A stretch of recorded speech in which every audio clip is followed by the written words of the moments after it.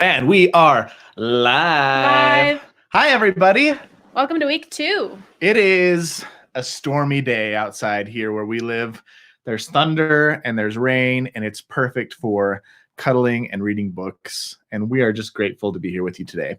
If you can hear us, just hit us up in the comments. I want to make sure that our audio is working. It looks like on our end, all the things are lighting up the way that they're supposed to, but would love to just have you drop a comment in the chat and say, yes, we can hear you, or no, we can't. That way we can kind of like not worry about it the rest of the feed. Yes. Sounds Thank great. you, Brandon. Thanks, Brandon.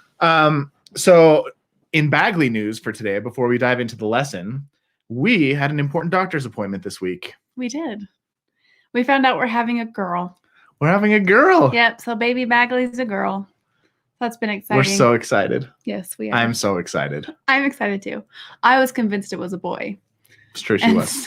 So I've been having to change my mindset around a little bit from boy names to girl names. But so that aside, we are on a real emotional high this week, and we've been looking forward to having this conversation with you guys all week. So this is our favorite topic. It probably is our favorite topic. I'm not going to lie. We're so excited to talk about this. And the reason is because I think when I really realized that when I understood this topic, everything changed for me, especially when I was single.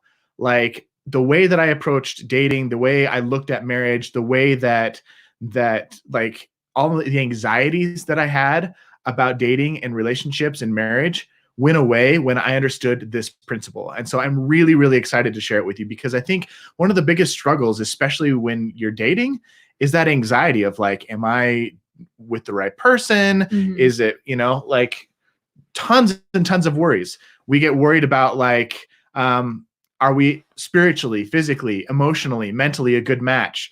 Can you trust this person to be with you?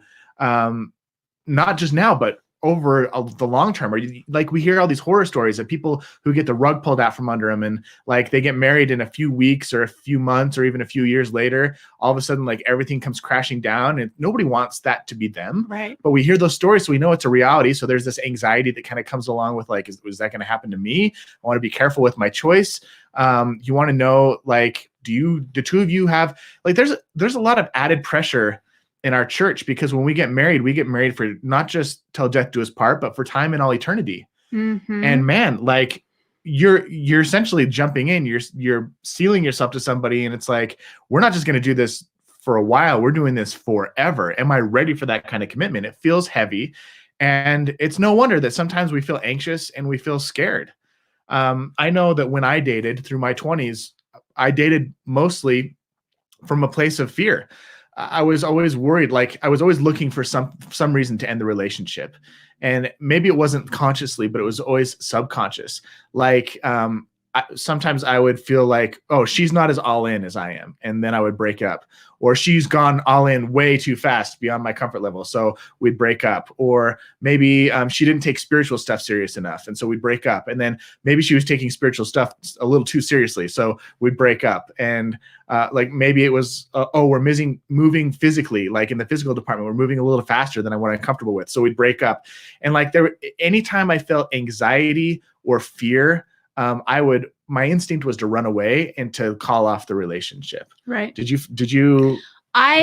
Looking back on my dating relationships, subconsciously, I always gave myself an out.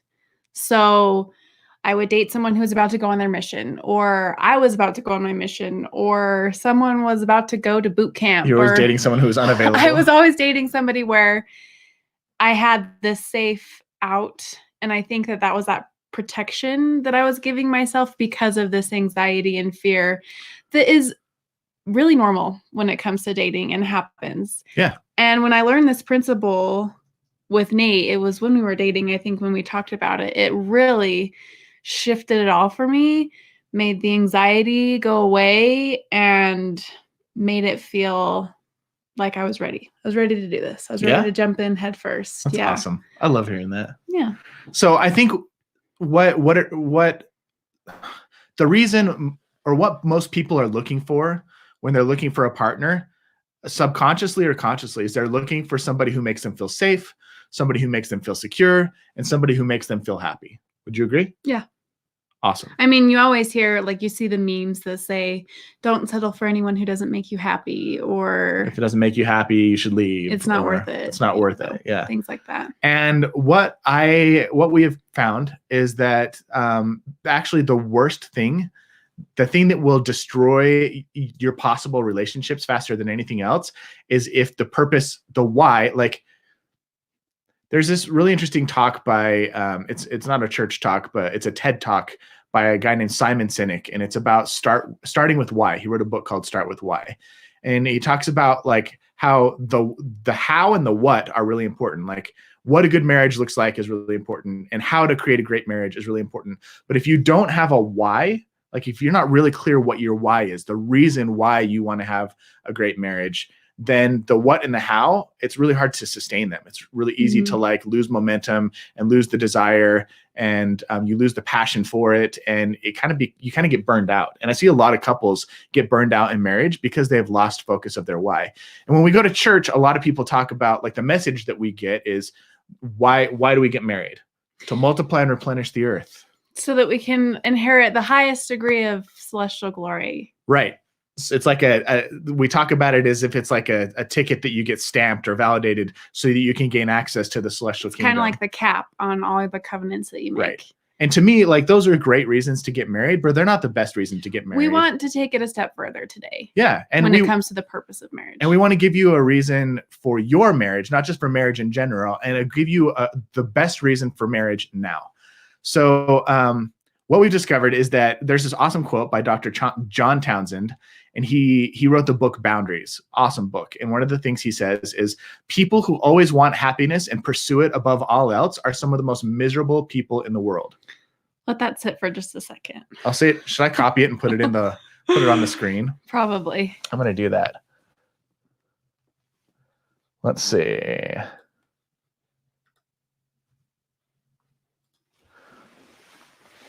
There you go. Do you want to read it? People who always want happiness and pursue it above all else are some of the most miserable people some of the most miserable people in the world. And the interesting thing that happens here is if happiness and comfort are the things that you seek, what happens is you get married, and you kind of make your partner responsible for something that's your responsibility, which is your happiness. And when your partner stops making you happy, maybe you get in an argument, maybe they let you down, maybe they break a promise. It's easy to go start seeking that happiness elsewhere. And I've seen so many people where, they aren't happy in their marriage. And so maybe they go start talking to coworkers or friends or exes, or maybe they go look at pornography, or maybe they go get lost in sports, or they become obsessed with work, and they start focusing more of their time and energy on other things that bring them validation and a sense of happiness and purpose. And they spend less and less time thinking and working on their marriage. And so it's really interesting. These people end up being miserable. They're miserable in their relationships. They're miserable in their life, and they're constantly chasing something that's not there. We don't want to say that happiness is a bad thing. We're going to teach you a better way to get happiness. Happiness is a great thing.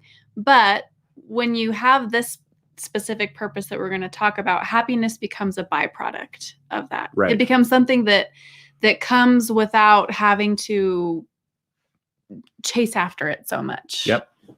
So this is where the gospel principle of eternal progression comes in. So we're taught that we are eternal beings, that our focus is to be, we were invited to become like God. Christ said, "Be therefore perfect, even as I and my Father am perfect." And it's hugely important, like this idea of preparing to meet God in this life. Like, this life is the time where we prepare to meet God. It's the time where we try and make ourselves better. It's not a vacation. This is a time for us to tackle difficult things. And when you tackle difficult things, it pushes you outside your comfort zone. It feels uncomfortable. When you are progressing and doing things for the first time, it requires you to confront some anxieties and stuff like that. So our perspective in our marriage is that the why of our marriage isn't for us to be happy. It isn't for us to be comfortable. It isn't for us to just have babies. The why behind our marriage is growth. It's growth. Very simple. There's an author named Dr. David Schnarch, and he wrote an amazing book that's on our recommended reading list. If you just go to mormonmarriages.com/resources, we've listed a bunch of our books there, and that's one of the books that we've listed. And he says marriage is the ultimate human growth machine. So if our goal in this life is to prepare to meet God, and marriage is the ultimate human growth machine, there's nothing that I've experienced in my life that has made me more aware of my imperfections and more aware of the areas that I need to be a better human and the ways that I can level up and be a better husband, a better soon-to-be father, a better man than being married to Angeline. Thanks. Yeah. I don't want you to take that as a not compliment. That was definitely a compliment. No, I said thanks. Yeah. Yeah. I feel like growth happens with any relationship that you have in life. You grow when you interact with your coworkers, when you interact with your boss, when you interact with your family and your friends. Any relationship that you have will mirror or reflect back onto you areas of your life that you might need to improve on. Areas that maybe you're blind to in yourself that somebody else can reflect back on you and help you learn and discover how you need to change. And the thing that's different about the marriage relationship is that there is no other person that will reflect your areas for growth, the need for growth, than a marriage partner. Yeah. You can't really escape your marriage partner. You're sleeping in the same bed and they see you at your best, they see you at your worst. And so that's how the marriage relationship differs from any other relationship that you have in your life. Absolutely. And the cool thing about having a growth-centered marriage is that when you start to encounter trials and struggles and obstacles and things that cause you stress and anxiety, instead of thinking immediately like, oh, I guess we're just not meant to be, or I guess I just married the wrong person, or we shouldn't be struggling with this. Like, this shouldn't be something we're struggling with. Instead of thinking that way, when you bump into these problems, when you have that growth mindset, especially together and as individuals, you start to think like, oh, what could I do differently so that this big problem turns into just a little speed bump? Mm-hmm. How can I improve, and who do I need to become in order for the issues that we're bumping into to not be issues anymore? And the interesting thing about this is, in the absence of a growth mindset, your partner then becomes your adversary, because when you bump into a problem, you're fighting against each other. I'm the one standing in the way of your happiness. Right. He's standing in the way of my happiness. But when you have a growth mindset, then you become teammates.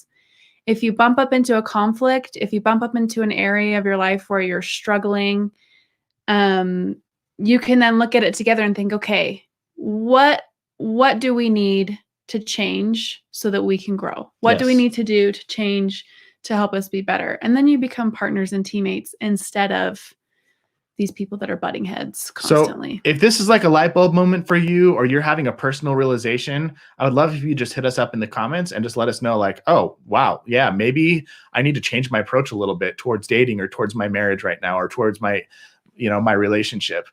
We'd love to hear from you guys. We can see the comments, so feel free to leave them there. Mm-hmm. And we want to jump into this into more detail. So one of the things I love about this also is that marriage basically is in my experience, it is the area of life where I have been able to unlock the most potential in the shortest amount of time. Mm-hmm. So we're not saying that if you're not married that you can't grow and that you can't progress and that you can't unlock your potential.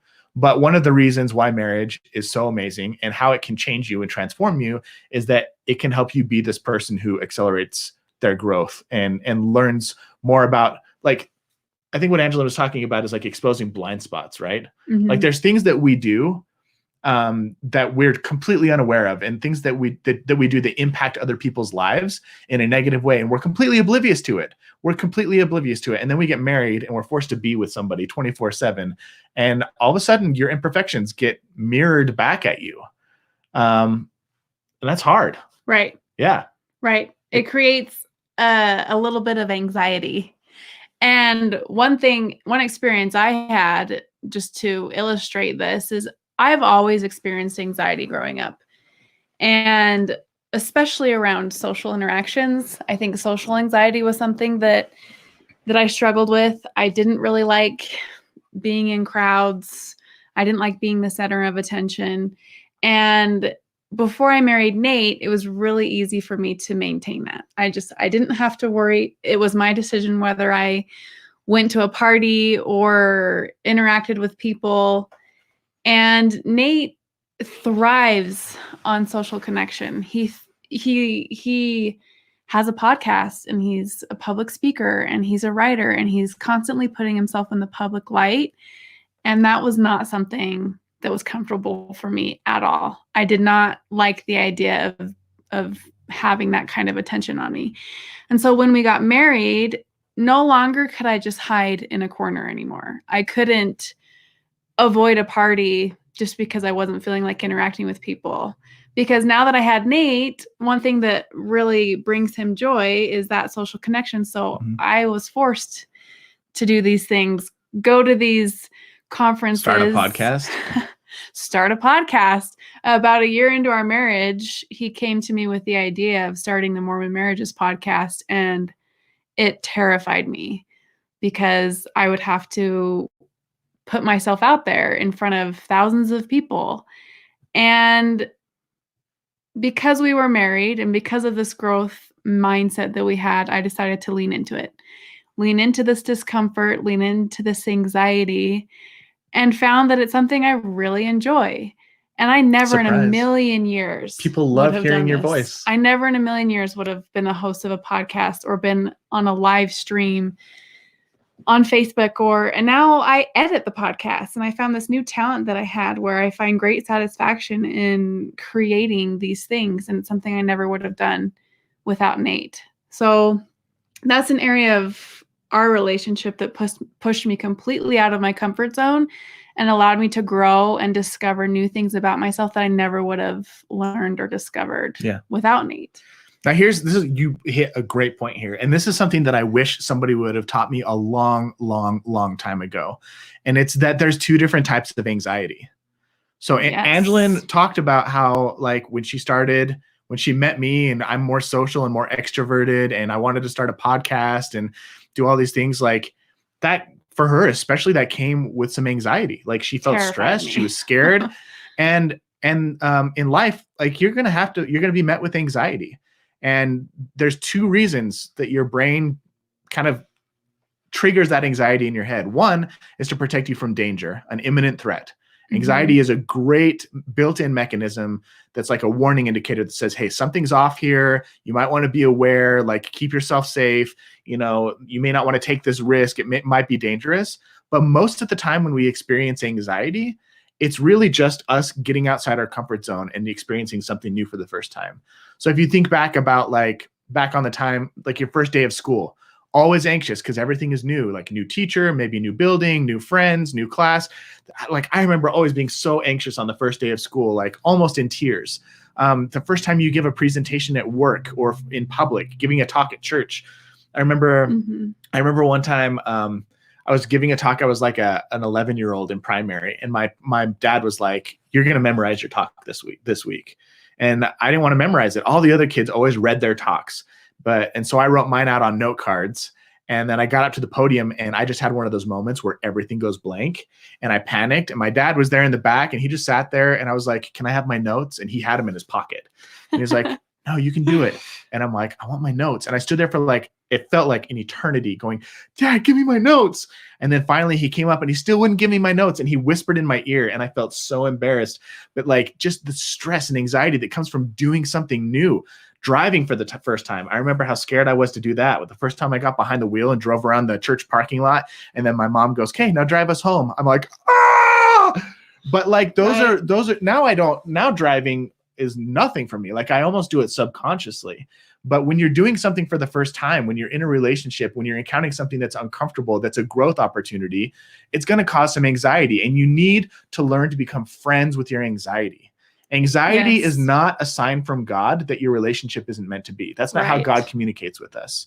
We're taught about the fruits of the Spirit, and they're all beautiful, wonderful things. Like, one of the fruits of the Spirit is not anxiety. The fruits of the Spirit is not fear or dread. Like the fruits of the Spirit are wonderful things like peace and faith and hope and all these amazing things. And so I think sometimes we mistake the anxiety that we feel in relationships that's growth related for a sign that maybe our relationship isn't meant to be. And I just want to encourage you that inside your relationship, if you are bumping into that anxiety, if you're bumping into some discomfort, that might be something for you to lean into instead of run away from. And here's the tricky part with that is that both kinds of anxiety physiologically manifest themselves in the same way. And so it really takes some mindfulness to sit back when you're experiencing that anxiety and think, okay, where is this anxiety coming from? Am I in danger? Are there red flags in this relationship that I may not be noticing? Yeah. And if there's not any of that, and you're like, okay, well, then why am I still feeling anxious? It's probably because you're having some growing pains and you just need to lean into it a little bit. Yeah. I think of those physiological symptoms like standing on the edge of a cliff and you're just about to jump off into the water and the tightness in the chest and the heart beating. And you just have to grow comfortable with the uncomfortable. Yep. And it's hard. It's not easy. And it takes some practice and it takes some learning. Yep. Adriel has a great question. Says, love you guys' approach. What do you do when one partner starts getting into all this and learning this stuff? Is there a tactful way to recommend sharing this with a partner? I think it's a great question because it's a really great question. Like having a growth mindset is really great as an individual, but it's even better when you're both on board and you both share this same commitment, especially from the very beginning. So if you're in a relationship right now and you're like, I like this approach. This is the why that I want to have behind my marriage, because when trials come along, I want to be able to say, yes, this is an opportunity for us to grow closer together and to become stronger and better. Like you don't want your partner going like, oh, we should break up because I'm uncomfortable. A great way to introduce them to these concepts is just to like listen to a podcast together, find out what is their medium that they prefer to learn through the most, whether it's reading a book or watching a video or listening to a podcast. Like I remember when we were engaged, we listened to a lot of podcasts together. We listened to a lot of Jennifer Finlayson Fife, her Ask a Mormon Sex Therapist episodes, so that we could have she'd have a conversation and then we would have a conversation about her conversation. So she introduced topics that were maybe hard to bring up on our own. And then when we listened to her talk about it, we could go, hey, what did you think about that? Right. And it made it way easier to talk about this stuff. So I wouldn't try and manipulate your partner into it. I would be really honest just about what you want. Hey, I liked this. Will you listen to this with me? Yeah, it's really important to me. Mm-hmm. Hey, I learned this thing today and it really like made me think, and I would love to listen to it with you and get have your a thoughts. Conversation. Yeah. I just want to know what you think about it. Does this sound like something that you'd be interested in? Nobody likes to feel manipulated into something, but if you have an open, honest conversation and you express to somebody that it's something that's really important to you, if they love you, they're likely to care enough to actually check and it then out. Really listen about their thoughts, Yeah. Because they might have some more thoughts that you hadn't thought of before. Yeah. So if you lean into the anxiety and you experience some growth, one of the coolest things is that we talked earlier about how the goal of your relationship shouldn't be happiness. One of the byproducts of growth, like you said at the very beginning, is happiness. Is joy. It's amazing. Yeah. Like coming out, like going back to the podcast situation, and nowadays whenever I do a really awesome edit on the podcast, I'll run up to Nate and make him listen to it with me, and just something that I never would have experienced otherwise. And so we're not saying that, oh, you shouldn't worry about happiness and happiness isn't a thing. Happiness is a fruit of growth. And like we said, by their fruits you shall know them. So when you're growing in your relationship, you will experience happiness and joy as a byproduct for sure. For sure. So now a lot of people might be asking the question, okay, so growth should be your why. Growth is the purpose of your marriage. When you're married, you get the opportunity to unlock this potential that you more quickly than you would when you were by yourself. And so the next question is, okay, how do we grow? Right.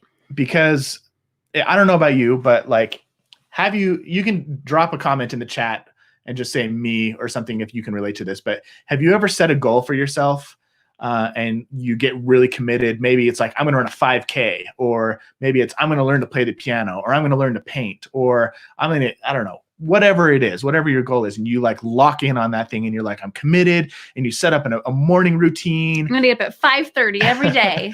and you do, and you like lock it in, and you like grit your teeth and you white knuckle it, and you dive in. And the first couple of days you do really great. And maybe the first couple of weeks you do really great. And then after a while, like, for me, it's my nutrition is always the thing that gets to me. Is I really would like to eat healthier, and I do a really great job for a couple of weeks, and then I go to a family party and they made chocolate chip cookies, and I look at the chocolate chip cookies, and the chocolate chip cookies look back at me and they go, I'm so delicious. And I'm like, no. And they're like, just one won't hurt. And I'm like, just one.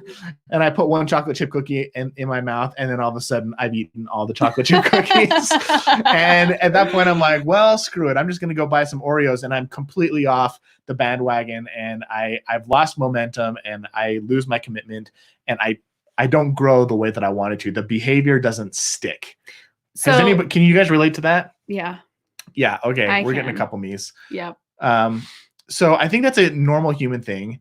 And one of the things that I've been thinking a lot about lately is, how do we get our growth to stick? How do we, these opportunities where we want to be better in life, how do we get that to stick?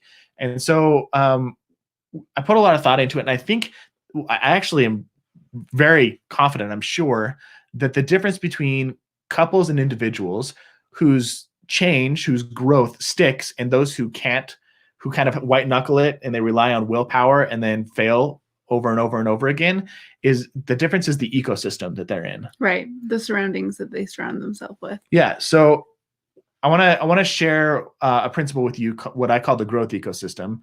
And it starts off by basically likening the way that we grow to a plant. We get analogies. Oh, what happened to your arm? When I was cooking breakfast this morning, oil splattered on you? Spoiled. Yeah, I splattered oil. Anyway, in the scriptures, over and over and over again, there are all these analogies and these parables of plants, right? Oh yeah. Like we've got the parable of the seeds, and you've got the parable of the olive tree, and then we've got in Alma chapter 32. This is one of Angelin's favorite scriptures. It became one of my favorite scriptures after we talked about this growth ecosystem, and we talked about the growth mindset. So in Alma 32, it compares faith to a seed. Now, I was reading it one day after we had talked about this, and instead of comparing faith to it, I compared marriage to this seed. And our romantic relationships. And it was fascinating to me, because the first step that you have to take is obviously planting the seed. But let's say you're married now. You planted the seed, it started to grow, and it was good. And just like in Alma 32, it grew. So you knew that it was going to be a good seed. So what comes next? And in Alma 32:37, I'll just read what it says here. It says, and behold, as the tree beginneth to grow, ye will say, let us nourish it with great care, that it may get root, that it may grow up and bring forth fruit unto us. And now behold, if ye nourish it with much care, it will get root and grow up and bring forth fruit. So the next step of growing your marriage tree so that it eventually gives you fruit is to nourish it. And again, it goes on and it says, if you neglect the tree and if you don't nourish it, then it's going to die. And you might be tempted to say, oh, well, this must have been a bad seed. And you get rid of it because it died. But that's not necessarily the case. It could just be that it lacked the nourishment and the care that would have allowed it to grow. And the cool thing about a plant is that yelling at it's not going to make it grow. You can't like force it up out of the ground. You can't bribe it to grow. Can't convince it. When it's surrounded with the right ecosystem, like we're saying, it just grows. It has no choice but to grow. And that's what we want to teach you, to have this ecosystem in your marriage so that it doesn't feel like white knuckling. You're not giving yourself ulcers over trying to get your marriage to be better. It has no choice but to flourish and grow because you're giving it the proper nutrients that it needs. Beautiful description. Thank you. So let's think of the basic ecosystem of a plant. You've got three things. You've got sun, you've got rich, fertile soil, and then you've got a steady supply of water, right? That's a good ecosystem to grow a seed. So if you plant a seed in rich, fertile soil, you give it some sunlight every single day, and you give it access to enough water, the right amount of water, what happens is that your seed grows. It explodes. It has no choice but to grow because it's in the right ecosystem. So for human beings, the ecosystem is very, very similar. And so we want to draw a couple of analogies. So the first thing that we talked about is the sun in the plant's ecosystem. Now, in a human being's ecosystem, the sun for us could be a goal or an ideal that you can strive towards that inspires and excites you. And I like to think of this like sun, S-U-N, versus sun, S-O-N, as in an ideal to strive towards. We can look at Christ for that. Christ gave us the ultimate example of charity and love and how to treat other people. And so that would be a really great sun to have in your marriage, is striving for a Christ-like, to be more Christ-like. To be more Christ-like. Yeah. I mean, we get that invitation in 3rd Nephi. You know, he says, therefore I would that you should be perfect, even as I and your Father who is in heaven is perfect. And an Elder Holland wrote a talk, or gave a talk a while back, called Be Therefore Perfect Eventually. And he said, we should not demean or vilify ourselves as if beating up on ourselves is somehow going to make us the person that God wants us to become. No, with a willingness to repent and a desire for increased righteousness always in our hearts, I would hope that we could pursue personal improvement in a way that doesn't include getting ulcers or anorexia, feeling depressed, or demolishing our self-esteem. That is not what the Lord wants for primary children or anyone who honestly sings, I'm trying to be like Jesus. So the goal here is to have a goal that inspires you. So if you are single, like, this is a really great opportunity for you to start setting clear goals of how you can show up in the world that reflects the type of person you'd like to be as a partner. So I remember back when we were in our singles ward, and I was the Elders Quorum president at the time, and the Relief Society president would approach me on a fairly regular basis and say, hey, can the sisters do anything for the elders? And I was like, yeah, you can. And she would always say, what? And I said, express gratitude. And she's like, what do you mean? And I'm like, I'll be honest. As a single guy in the church, the majority of the messages that I got were, there's too many guys that are looking at pornography. There's too many guys that aren't active enough in the church. There's too many guys who aren't taking the gospel seriously. There's too many guys who don't have a temple recommend. There's no guys are asking me out. And just lots of complaints about especially the YSA men. And it happened a lot. And I'm not trying to knock the sisters here. I'm just trying to show an opportunity. And if you are a wife and all you do is complain about all the ways that your partner is letting you down, your partner's not going to enjoy being married to you very much. And so what I would say to this Relief Society president is, how many elders did you pull aside on Sunday and say that maybe they passed the sacrament? And you say, hey, there's probably a lot of things you could have done this week that would have jeopardized your worthiness. And you showed up and you passed the sacrament today.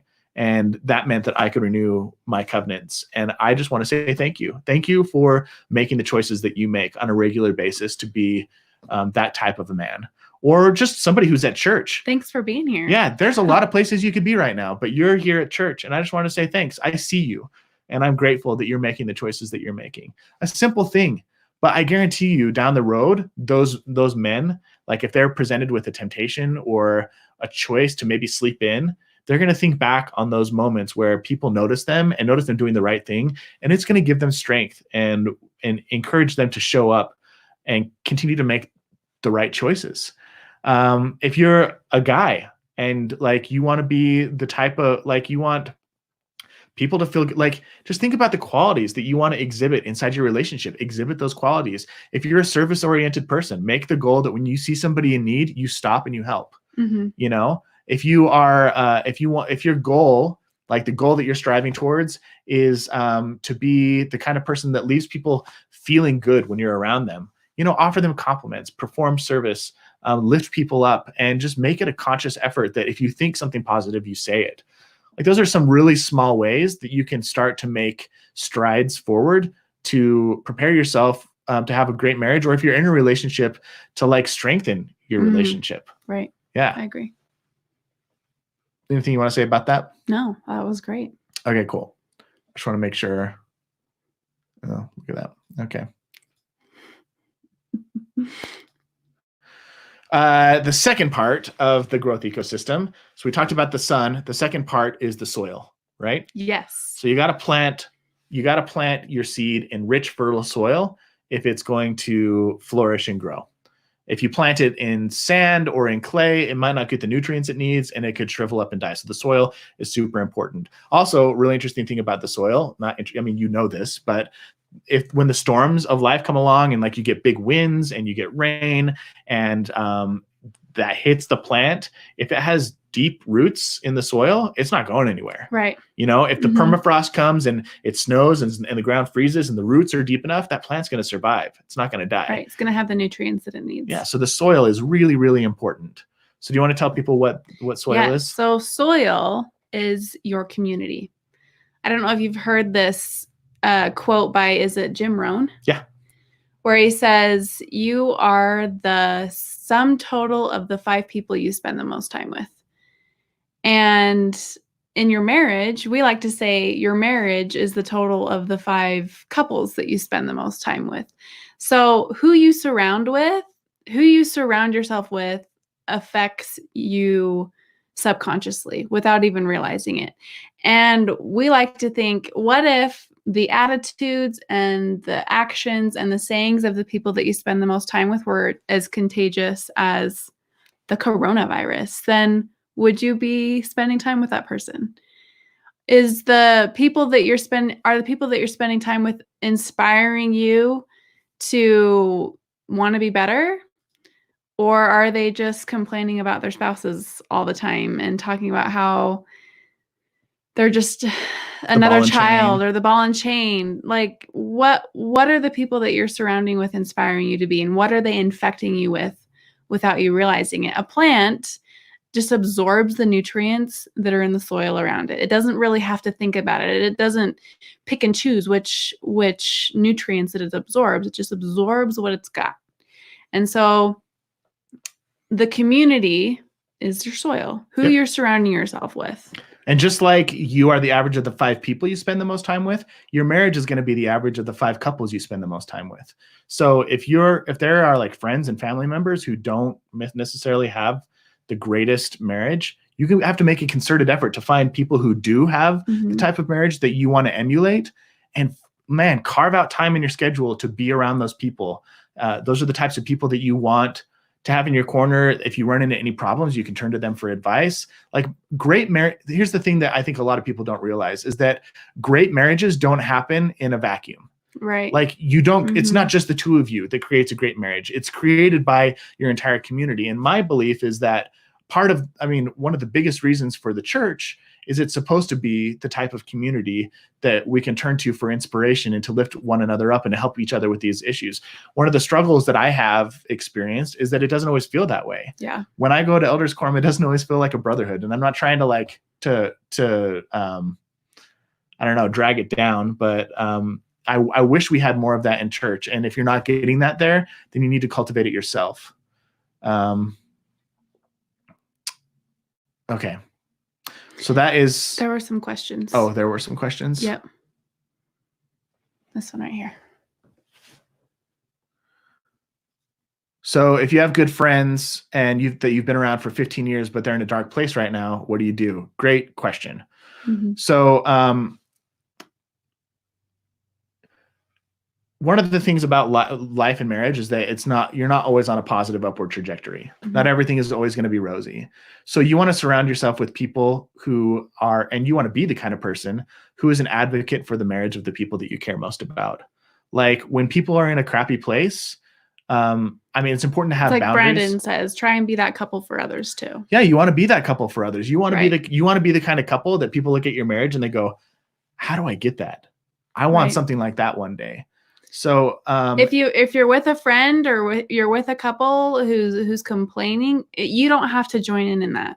It can be if they say, oh, my husband's just a third child, I'd be like, oh, my husband is so great. He did this today. You know, just kind of change around the tone of the conversation a little bit. Yeah. And don't allow it to go to that dark place. And obviously we're not saying like get rid of these people in your life, but well, sometimes we are. Well, I'm it's true, but you can also be a good influence to other people. Right. But don't stick around people who are dragging you down just to be a good influence under that Right. pretense. Right. Choose wisely who you spend your time with. So if you do have friends who are struggling, be an advocate for the marriage, not the individuals. Like, don't pit them against each other. I would say always listen with empathy. And like, one of the things that I've said to some of my closest friends is, I need you to listen to me right now, but I need you to not believe anything that I say. Mm-hmm. Does that make sense? Like, sometimes you just need a place to vent. And if you can be that safe place for a friend and let them get all the negative emotion out and then throw it out and don't remember it and don't hold any judgments against their partner and say, okay, I get that you're feeling this way now. I get that you're frustrated. I get that you're overwhelmed. Now let's talk about what you are responsible for and what you can do to make a difference and make a change. Right. You know, what are you infusing into that relationship? If you are somebody else's soil, what are the nutrients? What are the behaviors, the values, the words, the beliefs that you're infusing into them? Is it that they can overcome their challenges? Is it that they can be better, that they can hold themselves accountable and be responsible and step up and be a better version of themselves and overcome these obstacles? Or are you just saying like, yeah, that's really hard. Maybe you should end things? Like, two very different approaches. And everyone's going to have bad days. Yep. And everyone's going to have peaks and valleys like we talked about last week. It's just, what's the pattern here? What's the pattern that is constantly going on with a specific person? And maybe we just need to make sure they're not in that group of 5 that we're spending the most time with. Yep. Cool. Now let's talk about the last part of this ecosystem for growth. So we've got the sun. We got the sun. We got the soil. So the sun is, you're having a goal to strive towards. Your soil is your community. And now we have water. Now, one of the cool things about water, just in nature, is like, I remember, I think it was last year or 2 years ago, scientists got the first picture of water on Mars and they were like, yeah, they were so excited because water means we can sustain life. Yep. You know, if you're in a desert and you come across a giant mud puddle, you know, every creature from the desert is going to be there at the mud puddle. You know, you might find lions and elephants and like the water hole. Yeah, everybody, alligators, everybody goes to the watering hole, whether you're predator or prey, because that's where life is. That's where plants are, and it's really amazing. And so water is necessary, a necessity for the growth of plants. And for us, there's something that's absolutely necessary. If you think of any time in your life where you experienced something, where you experienced explosive growth, maybe you really excelled at a sport, or maybe you learned a musical instrument, or maybe you were really good in a subject in school or a specific project that you worked on. Maybe it's like at work, you excelled at something. Almost always this one thing is going to be present, and that's a sense of accountability. So or you got a coach keeping you accountable, or I'm thinking about the job of a coach keeping you accountable. A coach's job is to look at their team and see where all the weaknesses are and tell them where those weaknesses are so that they can work on strengthening them and helping them work as more of a cohesive unit. I remember we both took piano lessons growing up, and like the goal of a piano lesson is that you like practice all week, and then you go back to your teacher and you show them the progress that you made, and then they either teach you new techniques and help you get through the parts where you're feeling stuck, or they introduce you to a more complex song, something that's just enough outside your comfort zone that it will stretch you. You know, and having that sense of accountability in life is what helps you grow. But most of us, if you look at your marriage, most of us don't have a built-in system of accountability. And it really shouldn't be your spouse. Why? Because when your spouse becomes your accountability partner, it risks them turning into like a motherly or fatherly figure. And why is that bad? Nobody wants to be married to their mom or their dad. Like that kills intimacy. It doesn't promote that. You want them to remain your romantic partner. Yeah. You don't want them to become your taskmaster or the one cracking the whip. It doesn't work that way. No. So you need to find someone outside of your marriage that can or some way outside of your marriage that can help you remain accountable. So what are some of those ways? Well, one of the reasons therapy is so effective for a lot of couples is not because the therapist is really teaching you that much new stuff. It's just that the therapist is there to meet with you one week, and then you come back a week or two later and they ask you, hey, that plan that we put together, how did it go? Did you do it? What went well and what didn't go well? And because you have somebody who you know is going to check in on you, you actually do the stuff that you know you should be doing. We love our therapist. Yep. One of the first things we did was we found a therapist that we meet with, like, I don't know, every 4 to 6 months. And one way to make your therapist super happy is if you come to them just for maintenance. Yeah. She loves it. We're not on the brink of divorce. We love each other very much. We have an amazing relationship, and we just want to have you in our corner in case we need you. Right. We want a third party who is exposing us to those weaknesses that maybe we're blind to. Because just like we talked about earlier, how you might be blind to your own weaknesses until somebody else comes in the picture. It's the same with your marriage. There might be things that you're blind to that you're not seeing. Maybe there's some arguments that you're constantly bumping up into that you just can't seem to find a resolution to. It's amazing to have that third party person. Yep. So that's one thing you could do is like get a coach or a therapist. Another thing is like you could start your own accountability group, like have a group of friends that really care about their marriage and get together every couple of weeks and have conversations about what's going well and what your goals are and what you're working on and how you're trying to be better. This could be like,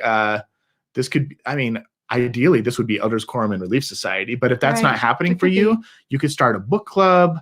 You could start a Facebook group. That's definitely something you could do. Or like, this is what I do full time. My goal is to provide opportunities to hold people accountable. And it's, there's people out there like me, if you don't like working with me, but there's people out there who provide a sense of accountability and give you kind of a direction and a goal to strive towards, and hopefully provide you with a little bit of community that are way less expensive than, about the same price as like a Netflix membership or something like that, or changing the filling your car with gas. But the point is that the people who experience the most awesome marriages, like the quality of marriage can be measured on a scale. Some people have amazing marriages, some people have miserable marriages, and then there's everything in between. And the people who have the most amazing marriages have all three pieces of this growth ecosystem in place. They may not realize they do. Sometimes completely subconsciously. They almost always do. But if you want a seed to grow, you have to nourish it. And the way to nourish a seed is you give it sun, soil, and water. And the way that you nourish a relationship is you pick a goal, whether it's a long-term goal or a short-term goal, preferably a short-term goal that aligns with a long-term goal, that inspires you, that gets you excited to wake up in the morning. Not something that you use as a point of whether you're failing or not. That's not what we're doing here. It's just something to push you out of your comfort zone and help drive you forward. Here's a couple of examples. Like a great short-term goal would be, I want to give my wife a passionate kiss every single, like 6 seconds or longer every single day this week. Because that's kind of one of the things that I want to have in our relationship. Or another goal could be, one of my goals this week is to be more helpful. So I'm going to do the chore that my wife hates the most, and I'm just going to do it without her having to ask. I'm going to do it every day this week and just try and make her life a little bit better. Or one of the goals could be, I'm going to ask more creative questions. And so every day I want to ask my wife a question that will help me learn something new about her. So, there's like cool apps and stuff that you can download that have lists of questions, and I'll text her or ask her one of those questions every day so I can make sure that we're staying in tune with each other. And if you do those things consistently over time, like you are continuing the connection, you're strengthening your relationship, and most of them are a lot of fun. So that's those are some examples of small goals that you can make that will help level up your relationship. Give lots of compliments, express lots of appreciation to the people who are in your life. We just did an interview with Dave Schramm, and one of the things that it should go live on Monday on our podcast. But one of the things he talked about is 2 before 10. Call 2 people before 10 o'clock every day and just check in with them and tell them how much they mean to you in your life. It's like an amazing little goal. And then the next part is that soil, like surround yourself with people that support you and that are advocates for your goals and your relationship, and that will infect you with positive things that will make you a better person, not negative things that make you a worse person. So if you have like really cynical, critical, negative friends who are always like pointing out the flaws in the world and can't see anything positively, like as hard as it is, it might be time to find some new friends. It might be time to find some new friends. And we've both had to do that. Yeah. Like there's people that we really used to spend a lot of time with and love that we've slowly just kind of like their influence has faded in our life so that we could make room for people who have more positivity. And then that last thing in that triangle of people who have extraordinary relationships is they've always got somebody or something, some way to hold them accountable, to make sure that they're achieving those goals. That's the way that the gospel is built. Like if you think about Christ, he gave us the ultimate invitation to return to his presence. Like we want to return to live with God. Like that's an ultimate goal. We want to, that's the highest degree in the celestial kingdom. And then we meet regularly with our community and we're supposed to uplift and nourish each other. And we talk about the body of Christ and how one piece of the body, like we can't all be eyes. We all complement each other and lift each other up. And then there's a sense of accountability. Like we have temple recommend interviews and we have commandments that we're supposed to follow and that we're held accountable to. And those are the things, if put in place correctly, that drive us towards becoming the very best version of ourselves. And if you implement those things into your marriage, into your relationship with the why of I want to have a growth-centered marriage, what happens is that no problem that comes your way is insurmountable. Right. Doesn't mean it's comfortable. No. But it doesn't mean it's insurmountable. So when I learned this, when I learned the purpose behind marriage and how to make my marriage awesome, I was like, man, so I don't need to be scared of this anymore. If I have a growth mindset, it doesn't matter what goes wrong. It doesn't matter what imperfections I have or what insecurities she has. It doesn't matter how many flaws we have or problems that we bump into. If I know that she has a growth mindset and she knows that I have a growth mindset, when we bump into something that's uncomfortable and hard and difficult, we know that it's the two of us versus the problem and not each one of us versus the other. Right. And then when we surround ourselves, when we have clear goals and surround ourselves with awesome people and have a system of accountability and people who can help us to overcome those obstacles, man, the things that take other couples weeks or months to overcome, we've literally dealt with in minutes or hours. It's unbelievable. And it's exciting, guys. It does make it really exciting. It's so much more fun. Yeah. So I want you to take the challenge right now. If you're single and you're like looking for that eternal relationship, I want you to take the challenge of shifting your perspective, that the relationship isn't to make you happy. It's not to make you comfortable. It's not to help you feel content. The reason that you are getting into this relationship is to get exposed to your weaknesses and your flaws. Like early on in our marriage, I think the thing that I struggled with most is I'm a fixer. And Yes. I took great joy in my ability to fix things and help people. And like, it's part of the reason that I do what I do is I like helping people overcome their struggles. And early on in our marriage, Ange would experience like some anxiety and I would take it personally. I'm like, my wife isn't happy. She's not like feeling great right now. I must be failing. It must be something I'm doing wrong. Yeah. So I'd start to feel anxious and insecure. And my way of dealing with my anxiety was to try and fix her. It was like, oh, let's fix the problem. Let's talk about it. Let's tell me what's going on. I want to know. And then she would start to feel like more of a failure and she'd start to feel more anxiety and she would downward spiral, which would escalate my anxiety, which would make me want to fix her even more. And it turned into this super dramatic thing. And I've had to learn something that I had never learned before, which was how to self-soothe, how to feel my own emotions and feel insecure and be like, this probably isn't about me. And if it is about me, she'll come talk to me. And what I need to do is just give her space to process things and she'll be okay. And I know one of the things that you had to deal with was like your way of dealing with anxiety in the past was to just run away. Shut myself in my room and not talk to anybody or go for a drive. And now having this person who was relying on me, who wanted to know how I was doing, I couldn't just do that anymore. And he exposed me to the fact that I did not have coping mechanisms for my anxiety. I didn't know how to cope. And so that was one area that I needed to lean into and grab a therapist and try and figure out, okay, I really need to learn how to cope with this because it's not just affecting me anymore. Now it's affecting my spouse. So many things. I mean, we could sit here all day and talk about this stuff. Yeah. Morgan asked a great question. So does this mean, I'll put it up on the screen.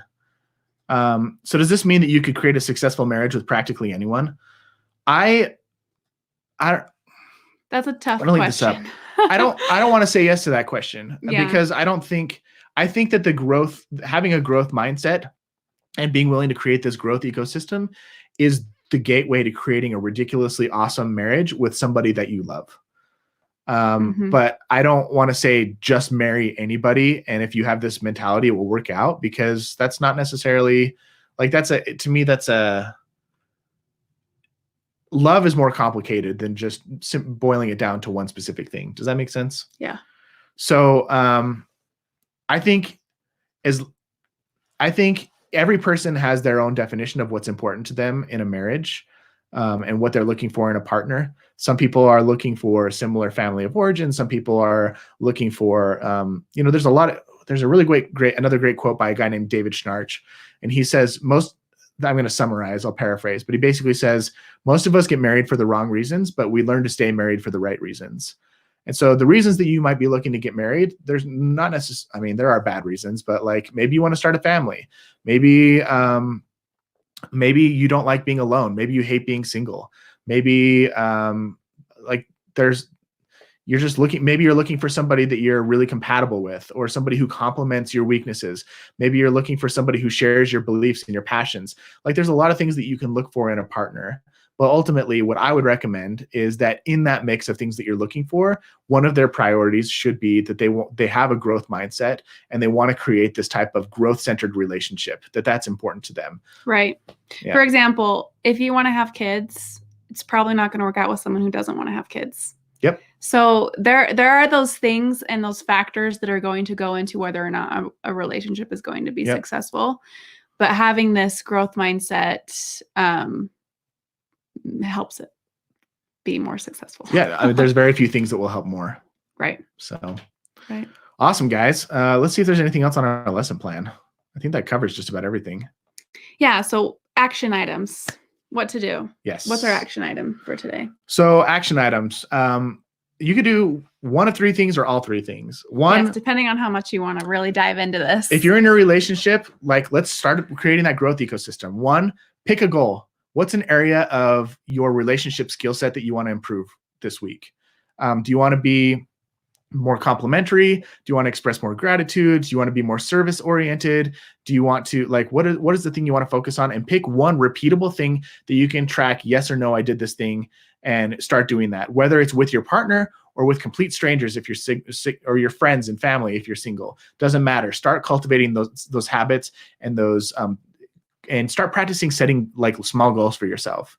Number two is sit down and write down the 3 to 5 people that you spend the most time with, and the 3 to 5 couples that you spend the most time with, and write down what are the positive things that they are infecting you with, and maybe what are some of the negative things that you don't want that they might be infecting you with, or that you might be absorbing from them, and see if you can get a little bit more clarity around, if you can't think of anybody in your life whose marriage you really admire, it might be time to start looking for somebody and talking to them and saying, hey, like, if somebody approached us and said, hey, will you be our marriage mentor? We'd probably be like, yeah, absolutely. So flattered, let's make that happen. And then the third thing is, set up some form of accountability. I can get the words out. Whether that's like looking for a therapist or a coach right now who can help you to kind of see some of your blind spots and create a game plan to move forward. Maybe you join a program. Maybe there's a course that you can get involved with. Maybe you just put $10 on the line and you tell your roommate, hey, this is my goal right now. And if at the end of the week I don't hit my goal, you get this $10. Like, whatever that thing is, set up some system of accountability in your relationship. Yep. So we'll send out like the journal prompt, kind of like we did last week, that has all these items on there that you can do for next week. Yep. And next week topic is also, this was our favorite topic to talk about, was the growth mindset. And next week is our second favorite topic to talk about. And that's the foundation for which your marriage can really succeed on. We're going to kind of compare it to the parable of the wise men and the foolish man. Yep. And really help you to know what is a really good, solid foundation. Obviously, Christ is great, but we want to take that a step further, like we promised you. And get more clarity and more practical around what it looks like to have a Christ-centered marriage. Right. And the cool thing about this next week's lesson is that whenever I talk to couples and ask them what they're struggling with, like 95% of the time they say communication. If you can identify maybe I don't know, I think a lot of people can relate. They feel like they have communication issues. And what I found is that when people describe their problem, that they have problems with communication, it's really that they don't have specific words to describe what they're really struggling with. And this thing that we're talking about next week is going to get rid of like 90% of your communication issues in relationships. Mhm. If you have this foundation in place, if you have like these things that we're going to talk about locked in, and they're super simple and super easy, but people don't talk about them. And if you just get focused on these things that we're going to talk to you about, the majority of your communication issues and your arguments and stuff go right out the door. It's amazing.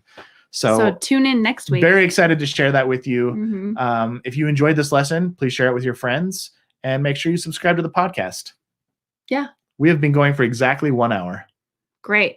Perfect timing. Should we stay on for questions if they have them? Sure. Our lesson is over. So if you would like to, you're good to go. We're done. But if you do have questions, we'll hang around for just like 2 or 3 minutes. 2 or 3 minutes. Or as long as they come in. Right. And if we sit here for like a minute or two and no questions come in, then we're just going to bail. Awesome. Thanks, guys. Have a happy Sunday. Yes. The sun's The out skies now. have cleared for us. We started out and it was raining, and now it's like blue skies Hopefully outside. my patio chair cushions will dry. How's your bladder doing? Fine. You're welcome, Melissa. Thanks for tuning joining in. us. Yeah. Thanks for coming, Jamie and Brandon and Morgan and Charlene and Monster Metroid. Love it. And Erica. Erica, thanks for dropping in. I'm gonna get my huge water. Nobody laugh at me. Ooh, ooh, ooh. Thank you, Charlene. Charlene says congrats on your girl. Thank you. We're so excited. Hey, Charlene, thanks for being such a great advocate for this and for spreading the word. We really appreciate you. Which snarchy book do you? I love that. Passionate Marriage. David Schnarch wrote a book called The Passionate Marriage. That's where the growth marriage mindset came from, was a passionate marriage. And he talks a lot about differentiation versus emotional fusion. Super great stuff. Thanks, Jenna. She says, thanks for doing a live, and she loves our podcast, and congrats on our girl. Thanks, Jenna. You're so sweet, Jenna. Awesome. Cool. Looks like no questions are coming in, so should we bail? All right. Bye, guys. We'll see you next week. Bye.